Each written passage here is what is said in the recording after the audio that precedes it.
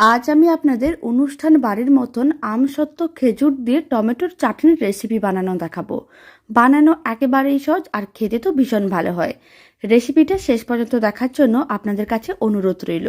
তো চলুন চাটনিটা বানানো শুরু করা। ওভেনের উপরে বসিয়ে দিয়েছিলাম। ছোট যে চা চামচগুলো হয় তার 1 চামচ সরষের তেল দিয়ে দিলাম। আর আমি ফ্রাইং প্যানের মধ্যে দিয়ে দিলাম সামান্য পরিমাণ 5 ফোড়ন আর একটা শুকনো লঙ্কা। 5 ফোড়ন ও শুকনো লঙ্কাটাকে 10 সেকেন্ডের মতো নাড়াচাড়া করে ভেজে নিতে হবে। এতে চাটনির মধ্যে খুব সুন্দর একটা সেন্ট চলে আসে। যখন 10-15 সেকেন্ডের মতো নাড়াচাড়া করে ভাজা হয়ে যাবে, তখন ফ্রাইং প্যানের মধ্যে দিয়ে দিতে হবে 1 বাটি কেটে রাখা টমেটো। এখানে আমি প্রায় 4 থেকে 5টা টমেটো নিয়েছিলাম আর এইভাবে স্লাইস করে কেটে নিয়েছিলাম। টমেটোগুলোর মধ্যে দিয়ে দিচ্ছি 1 চামচের 3 ভাগের 1 ভাগ লবণ। আর আমি দিয়ে দিচ্ছি সামান্য পরিমাণ লঙ্কার গুঁড়ো। এখানে আমি কাশ্মীরি লঙ্কার গুঁড়ো নিয়েছি, এতে কালারটা খুবই ভালো আসবে। আর অল্প একটু দিয়ে দিলাম হলুদ গুঁড়ো। এখন সমস্ত কিছু একসঙ্গে ভালো করে মিশিয়ে নিতে হবে আর 3 থেকে 4 মিনিট রান্না করে নিতে হবে। এতে টমেটোর টুকরোগুলো বেশ নরমও হয়ে যাবে। প্রায় 3 মিনিট রান্না করে নিয়েছিলাম, টমেটোগুলো বেশ নরম হয়ে গেছে। এখন আমি দিয়ে দিচ্ছি প্রায় 150 গ্রামের মতন গুড়ের বাতাসা। আপনারা চাইলে চিনিও দিতে পারেন। এখানে আমি বাতাসা দিয়ে চাটনিটা বানাচ্ছি, তবে আপনারা চাইলে 150 গ্রাম চিনিও দিয়ে দিতে পারেন। খুব ভালো করে মিশিয়ে নিতে হবে, তারপর অল্প একটু জল দিয়ে দিতে হবে। এতে বাতাসাগুলো অনেক তাড়াতাড়ি মেল্ট হয়ে যাবে। ফ্লেমটা মিডিয়াম টু হাইতে করে দিয়েছি যাতে তাড়াতাড়ি বাতাসাগুলো মেল্ট হয়ে যায়।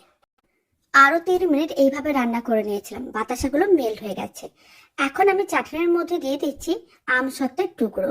এখানে আমি বেশ কিছুটা পরিমাণ আমসত্ত্বের টুকরো দিয়ে দিলাম আর দিয়ে দিলাম খেজুর। খেজুরের বীজটা বের করে এইভাবে একটু বড় বড় টুকরো করে রেখেছিলাম। আর আমি দিয়ে দিলাম 1 মুঠোর মতন কিশমিশ আর দিয়ে দিচ্ছি 1 মুঠোর মতন কাজু বাদাম। তারপর সমস্ত কিছু একসঙ্গে খুব ভালো করে মিশিয়ে নিতে হবে। তারপরে আরো 4 থেকে 5 মিনিট মিডিয়াম ফ্লেমে রান্না করে নিতে হবে। এতে চাটনিটা ঘনও হয়ে যাবে আর সমস্ত কিছু ভালো করে রান্নাও হয়ে যাবে। দারুণ স্বাদের এই চাটনির রেসিপিটা বাড়িতে একদিন হলেও বানিয়ে দেখতে পারেন। বানানো যেমন সহজ, খেতেও ভীষণ ভালো হয়। আর একবার বানিয়ে আপনারা কিন্তু এটাকে ফ্রিজে 1 মাস রেখে দিতে পারেন।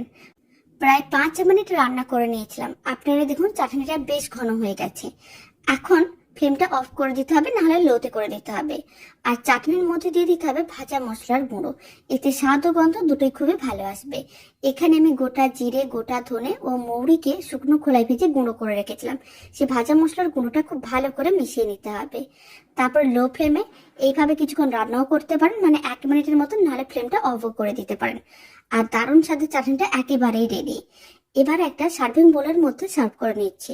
আর এই চাটনির রেসিপিটা শেষ পর্যন্ত দেখার জন্য অসংখ্য ধন্যবাদ।